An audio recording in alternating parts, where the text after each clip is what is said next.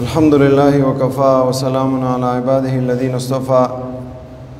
أما بعد فأعوذ بالله من الشيطان الرجيم بسم الله الرحمن الرحيم ولا تباشروهن وأنتم عاكفون في المساجد وعن عائشة رضي الله تعالى عنها قالت وعن أنس رضي الله تعالى عنه قال كان النبي صلى الله عليه وسلم يعتكف في العشر الأواخر من رمضان فلم يعتكف عاما فلما كان في العام المقبل اعتكف 20 صدق الله العظيم وصدق رسوله النبي الكريم ونحن على ذلك لمن الشاهدين والشاكرين والحمد لله رب العالمين. جماعت اسلام قابل قدر مسلمانان ورونو پرون د اعتکاف فضائل ذکر شولو. نن اعتکاف حکمت صدا او د اعتکاف کم ضروری مسائل دي څه دي. اعتکاف کې ډېری فائدې دي او په دې کې ډېر حکمتونه دي. یو فائدہ په دې کې دا ده چې الله تبارک و تعالی انسان ته اشتغال بالخالق نعمت میسر کی. انسان دنیا کې هغه مشغول وي ټیم ورته نه ملويږي چې خپل تعلق الله سره جوړ کی، الله سره راز و نیاز وکي. اعتکاف داسې یو شی ده چې مسجد کې لس ورځې لش په ځان ته بند کې نو الله سره تا کم تعلق ته کم مشغله ده هغه ور سره برابر شي. دویم انسان ته اشتغال بالخلق نه رهایی ملاو شي، د خلقو ته مشغولتیا نه ورته رهایی ملاو شي، خلقو سره نوي یوازې وي الله سره خپل راز و نیاز کوي. دریم په د اعتکاف کې انسان ته د طاعت او د عبادت موقع ملاو شي. اسی مسجد کې ناسي نو سمداسي کې نه نو ضمیر به د ملامت کې رسا عبادت وکا، قرآن تلاوت وکای، همدارنګه نوافل وکای، ذکر او اذکار وکای او غینا علاوه 15 وخت تکبیر الله سره الله تبارک و تعالی مستوفیق در نصیب کی. او دې سره سره ګناهونو نه الله تبارک و تعالی ته بچو ساتي. مسجد کې بده څه ګناه کوي، مسجد کې بده څه بد نظرۍ کوي، مسجد کې بده څه غیبت کوي. نو دا ټول فائدې په اعتکاف کې ماوتاته ملويږي او ټول نه لوی فائدہ ده چې ته په اعتکاف کې ليله القدر الله تعالی در نصیب کی. هر شپه بروشتي کې عبادت وکړي، تهجد وکړي، الله ته بزارۍ کوي. نبی علیہ السلام فرمایي وي تاسو ليله القدر شب قدر دا په اخرنی عشرې پتاک شپو کې طلب کوي. نو سره په اعتکاف کې یار شپې عبادت کې الله تبارک و تعالی د ليله القدر کم ثواب ده او کم فضیلت هغه مر نصیب کی. د دې مثال داسې ده لکه یو سړی د یو غلام ده هغه نه غلطي وشي، هغه مولا ته وی شي، مولا ورته مفی نه کوي، دا ولګيږي هغه دروازې کې هغه په کور کې ورته کینی ورته ور در نه سم سو پرې صدا ماته مفی نه ویګړي. نو تاسو څه خیال ده چې یو سخت ترين دغه وی مولا وی غلام نه نافرمانی شي هغه کور ونسی غدر ونسی په پښتو کې هم دغه خبره ده. نو څنګه لایتا درس کو نسی نو بیا سړی کډیرم جرم کړي بیا معاف کوي. نو څنګه لایتا الله کور ته لاړ شي الله درته ونسی لس ورځې او لس شپې یا نو ورځې یا نشپې الله تبارک و تعالی کور کې کینی او الله تزاری کوي. نو الله خو دومره شفیق او مهربان ذات تا چې معمولی غونته لاس ته ونسی الله تعالی مفی کوي او به لس شپې او لس ورځې الله تبارک و تعالی کور ته ونسی او الله ته تزاری کوي. نو تاسو خیال ده الله تبارک و تعالی ته په بدن باندې ګناه پرې کړي. امید د الله نه بلکې یقین د الله نه صدا سي کسان الله تبارک و تعالی خلیج لینو بس کوي. دې دوجنه اعتکاف دا سنت موقت علی الکفایه ده. په هر محلے کې په هر کور کې کوشش دا وکړي چې مخکې نه معلوماتو کې سمو مسجد کې محلے کې څوک اعتکاف ته کینی کنه کینی که نسل خډیره خدا کنه کې نسل بیا مشوره پکار ده چې دا څنګه نه سمو مسجد به دې اعتکاف پات شي. په هر محلے ولو بنتي اعتکاف سنت موقت علی الکفایه ده. که یو محله داسې وا چې باغ کې یو قسم اعتکاف ته کینه نسل مسجد کې د ټوله محله ګناګار ده او که یو قسم کې نسل اعتکاف ته ټوله محلې نه دغه ګناه غو چته ده. اعتکاف وخت صدا کله به خلق اعتکاف ته نوځي د شلم رمضان مخام المنزل مخ کی غروب افتاب نه مر ډوبېدو نه مخ کی مسجد ته به نوځي. که زناناوي کم د منزول زیاده ده یا کم کمره ده په کمرې کې کم ګوټ هغه ځان ته مختص کی مغه ساده ده بارا هغه مسجد ده نو شلم رمضان نن اتلسمه روژه ده سبا 19مه روژه ده بل سبا شلمه روژه ده د شلمې روژې ماښام لمانځه نه مخکې چاته چې الله توفیق ورکړی وي چا اراده کړې ده هغوی به غروب افتاب نه لمر ډوبېدو نه مخکې ماښام نه مخکې به نوځي کله پورې به وي 30مه روژه که میاشت ونه کتلی شوه او که میاشت وکتلی شوه په 29مې روژې ماښام لمانځه نه بعد څه کله میاشت وکتلی شي یا 30مې روژې باندې میاشت کله وکتلی شي ماښام لمانځه نه بعد ماښام لمانځه نه مخکې که راووتی اعتکاف د فاسد شولو اگر که ماښام نه مخکې چا میاشت وکتله بیا به هم نه راوځي څو پرې چې ماښام ډوب شوی نه وي دا یې وخت ته اعتکاف دپاره نیت الله تا رضا دپاره مسنون اعتکاف کوم دغه یې نیت ته نارینه هم داسې نیت وکړي او زنانه هم داسې نیت وکړي او وخت تاسو ته ما وښودلو محل د اعتکاف نارینهو دپاره مسجد ده هر مسجد کې اعتکاف ته کېنستلی شي چې هغې کې باقاعده اذان هم کېږي هغې کې باقاعده 15 وخته لمونځ هم کېږي په دې کې اعتکاف ته کولی شي که بعضې مساجد داسې وي چې هغې کې کله لمونځ کېږي کله نه کېږي بیا هم بعضې علما کرام فرمایي چې مسجد دوی مسجد کې اعتکاف کېږي خامخا رمضان کې خو هر مسجد کې 15 وخته لمونځ کېږي بس یو مسجد کې 15 وخته لمونځ کېږي باقاعده اذان ورکې کېږي هغې کې ته اعتکاف کولی شي مسجد دپاره کوم حدود دي حدودو به نه ځان خبر کا ځکه مشر د مسجد هغې نه ځان معلوم که چې د مسجد حدود څه دي هغه حدود معلوم که چې دا د مسجد حدود دي دغه نه کومه حصه د مسجد دام مسجد حد ده بار برنډه ده دایم حد ده بار کم صحن ده صحن هم د مسجد حد ده په دې کې د اودسونو کم ځایونه دي دا مسجد حصه نه د مسجد نه بار دي دغه بعضې ټیم کې خلک هغه په دې غلط فهمۍ کې دغه مسجد کې دغه متصل کم وضوخانه ده دا وضوخانه هم د مسجد حصه ده مسجد کې نن اوبه نشي تلولی مسجد کې نن غسل نشي کولی دا د مسجد نه بهر حصه ده دې ته ته وتلی نشي زنانو دپاره معتکف هغه ځای ده چې په کوم ځای کې دغه لمونځ کوي زنانه خپل ځان دپاره لمانځه دپاره خپل ځای مختص کړی وي کومې دینداره زنانه دي او که بالفرض ځان ته ځای مختص کړی نه وي کومه کمره ځان دپاره خوښه کړله په کمرې کې یو ګوټ کې ځان ته پردې ولګوي بس پردې ولګولې دغه کومه حصه ځان ته متعینه کړله دا دې دپاره معتکف د دې حیثیت فتاوا علمګیري لیکلي دي داسې دا لکه مسجد دا به دغې حصې نه کمرې بار حصې ته هم نه راوځي بې د ضرورته ضرورت ته مستقیم څه ضروریات څه دي دا محل اعتکاف ته مسجد نه بار به ته نه وځي معتکف نه بار به ته نه وځي بې د ضرورته 3 قسمه ضرورتونه دي یو ته لګېږي حاجت طبیعي یو ته لګېږي حاجت شرعي او بل ته لګېږي حاجت ضروریه حاجت طبیعي څه ته لګېږي په تقاضای بشریت د انسان کم طبیعي ضروریات دي مثال طور سره وړې بولې غټې بولې دې دپاره وځي یا مثال طور سره جنابت ورته لاحق شولو جنابت دپاره دا وځي یا دا خوراک سکاک دپاره ټیکالې رړولو له څوک نشته روټۍ رړولو له څوک نشته چای رړولو له څوک نشته اوبو رړولو له څوک نشته نو بیا ته وتلی شي ضرورت په بنا باندې کور ته لاړ شه سامان راواخله او فورا رسا ضریب ربر به هم ته نه ودرېږي که بالفرض تا په دې تلو راتلو کې معمولي غوندې یو سیکنډ یا یو منټ هم ته ودرېدلې بې د ضرورته تا اعتکاف ورسره فاسدېږي ډېر احتیاط پکار ده په دې کې دا حاجت طبیعي ده د حاجت طبیعي دپاره انسان هغه وتلی شي زنانه ده که ټیکالې وړلو له څوک نه وي په خپله باندې هغه راوځي کوم ځای کې ټیکاله د هغه ځای نه ټیکاله ځان ته راواخلي یا پخلي ضرورت وي هغه څوک بل څوک شته نه صرف یوه همدغه ده هېڅوک یې هم نشته هغه ځان دپاره که بالفرض خوراک کچن وغیره نه راغلي نو راوتلی شي او پسې ځان ته راوړي کوم ځان دپاره معتکف ځای مختص کړی د هغه ځای کې وخوري دویم حاجت شرعي ده حاجت شرعي کې علما کرامو لیکلي دي جمعې مونځ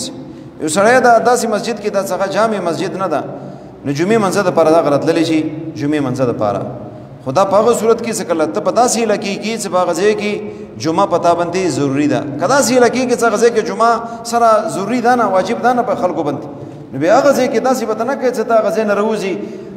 بلې علاقې ته ته ځي یا بل شهر ته ته ځي هغه ځای کې جمعې لمونځ کوې نه لکه مثال دغه کلی ده په دې کلي کې هر ځای کې جمعې لمونځ په خلکو باندې لازم ده نو ته داسې مسجد کې چې هغې کې جمعې لمونځ نه کېږي نو بیا هغې نه ته راوځه هغه مسجد ته چې کوم نږدې وي تا سره جمعې ادا کولو دپاره راوځه څه ټیم به راوځي داسې ټیم به ته مسجد نه راوځي چې ته هغه ځای نه اندازه ولګوې چې مثال طور سره زه مدرسې ته ځم او په مدرسې کې په دې ټیم باندې بیان شروع کېږي 1:30 پورې یا 25 منټه کم باندې بیان ختمېږي ته 25 منټه کم ته راورسېږي دومره ټیم ته راورسېږي چې خطبې نه مخکې سنتو ته کوم ټیم ورکولی کېږي هغه ټیم ته راورسېږي څلور رکعاته سنت هم وکړي سنت نه بعد خطبه هم واوري او خطبې نه بعد به کوم شپږ سنت دي هغه هم وکړي هغه نه بعد فوراً خپل مسجد ته روان شي اسی بنا کیسه ته زوال نه بعد راوځي او ته سره مسالې به غزه کې وورم او غزه کې کوم واز او نصیحت کې هغه ورن دي د پر پته نه راځي صرف څلور رکعاته سنت هغه نه بعد خطبه هغه نه بعد فرض نه بعد شپږ سنت دا څه ته وکړي فوراً خپل مسجد ته ځان رسوي امدان کې کچې ته نظر اعتکاف سره اختر المنزل ته راوځي یا مثال طور سره وړه اختر المنزل ته راوځي نظر اعتکاف ته مثال طور سره چې رس 15 سورځي ما پزان باندې منخت کړی د زبې اعتکاف کوم نو ظاهر خبر دا غزه کې بیا تاسو مسجد کې اختر المنزل ته تلو ضروري اختر المنزل ته وتل شي یا یو مؤذن دا هغه اذان ورکي یو ډیوټي هم دغه اذان ورکي نو اذان د پارام ته مسجد نه وتل شي لکه دغه مؤذن خانه ده د مسجد ایسانه ده دې د پاره کا اذان ته دغه ورڅینو ورتل شي دا حاجت شرعي ده یو حاجت ضروري ده حاجت ضروري ده ته مسجد کې الله دنه کې هغه ځای کې زلزلہ راغله مسجد چتر وغورځیدلو فورن ته منډه که مسجد نه وځه به دې داسې قسم حالاتو کې اور ولګېدلو یا بل څه مسله جوړه شوله چې په دې مسجد کې ته پاتې کېدلی نه شي فورن دې مسجد نه وځه نزدیک مسجد وي هغه مسجد ته ځان ور ورسوه هغه ځای کې اعتکاف وکړه اعتکاف مات نه ده دا هغه حاجات دي چې دې بنیاد باندې ته مسجد نه وتلی شي دین علاوه او د څه دپاره ته وتلی شي غسل جنابت دپاره ته وتلی شي خو اودس کم اودس هغه اودس چې مثال طور سره ته تلاوت کوي تلاوت دپاره ته اودس کوي یا ته نوافل کوي نوافلو دپاره ته اودس کوي یا فرض المنځ کې هغې دپاره ته اودس کوي نو دې دپاره ته وتلی شي اوس که ته ولګېدې ته وایې چې نه زه اودس دې دپاره کوم چې اوس اودس ما نشته اودس به وکړم ذکر به لږ وکړم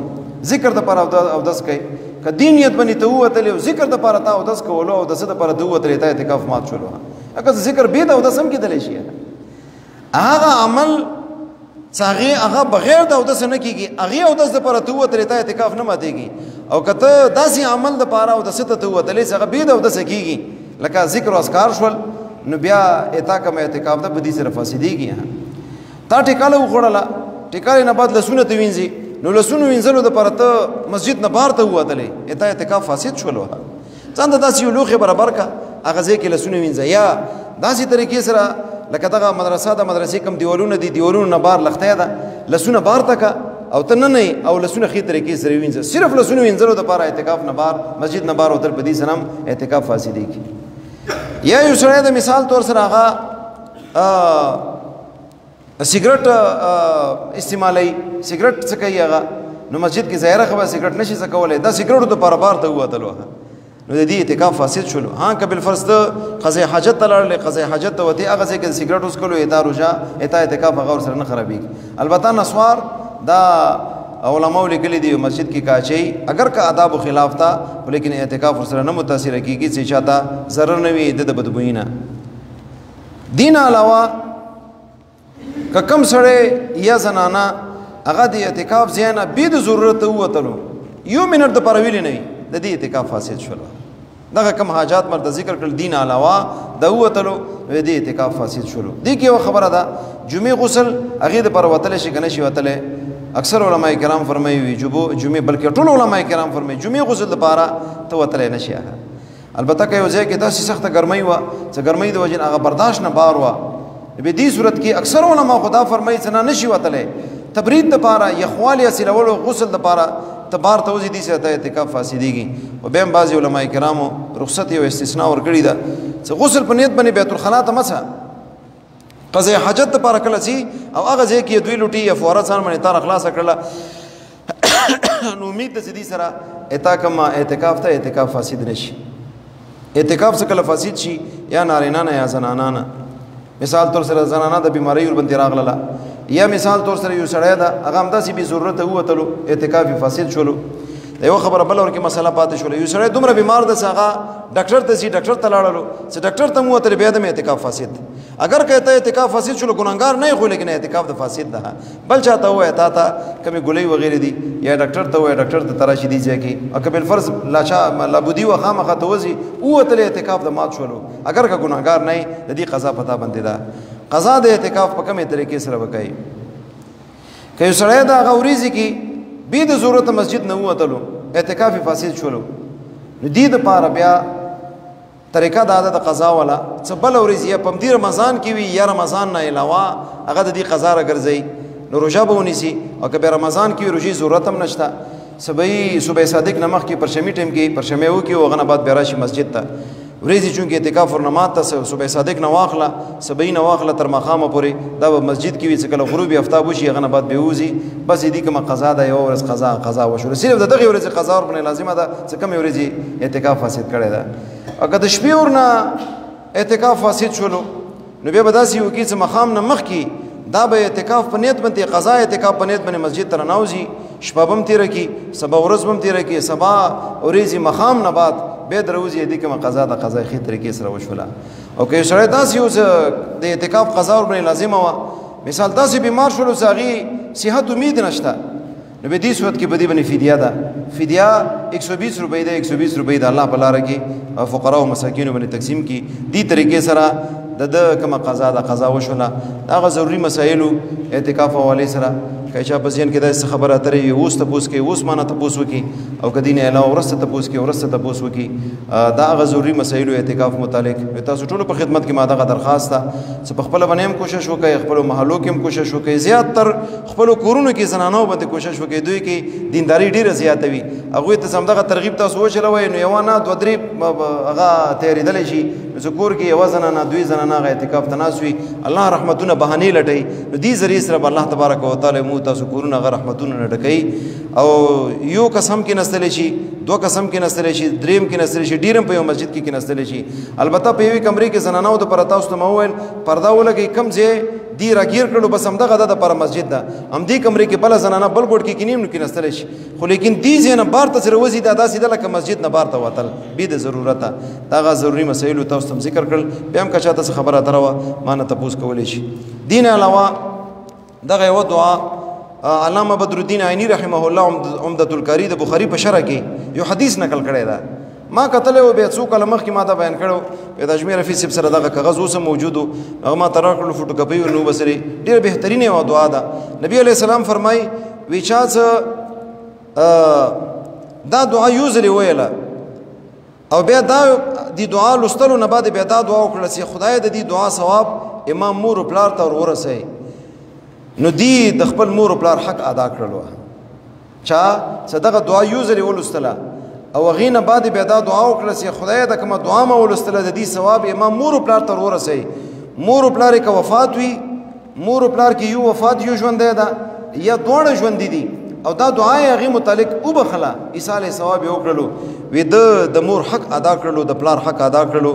دا دعا داسې ده الحمد لله رب السماوات ورب الارض رب العالمين وله الكبرياء في السماوات ورب الارض رب العالمين وله العظمة في السماوات والأرض وهو العزيز الحكيم هو الملك رب السماوات ورب الأرض رب العالمين وله النور في السماوات والأرض وهو العزيز الحكيم دا دعا ما ویلا یا خدای دی ثواب ما مور پلار ته ورسولی کی نبی علیہ السلام فرمای صد د مور پلار هغه حق ادا کړلو نو دغه فوټوکاپۍ ورنو بسلی دی دغه به تقسیموي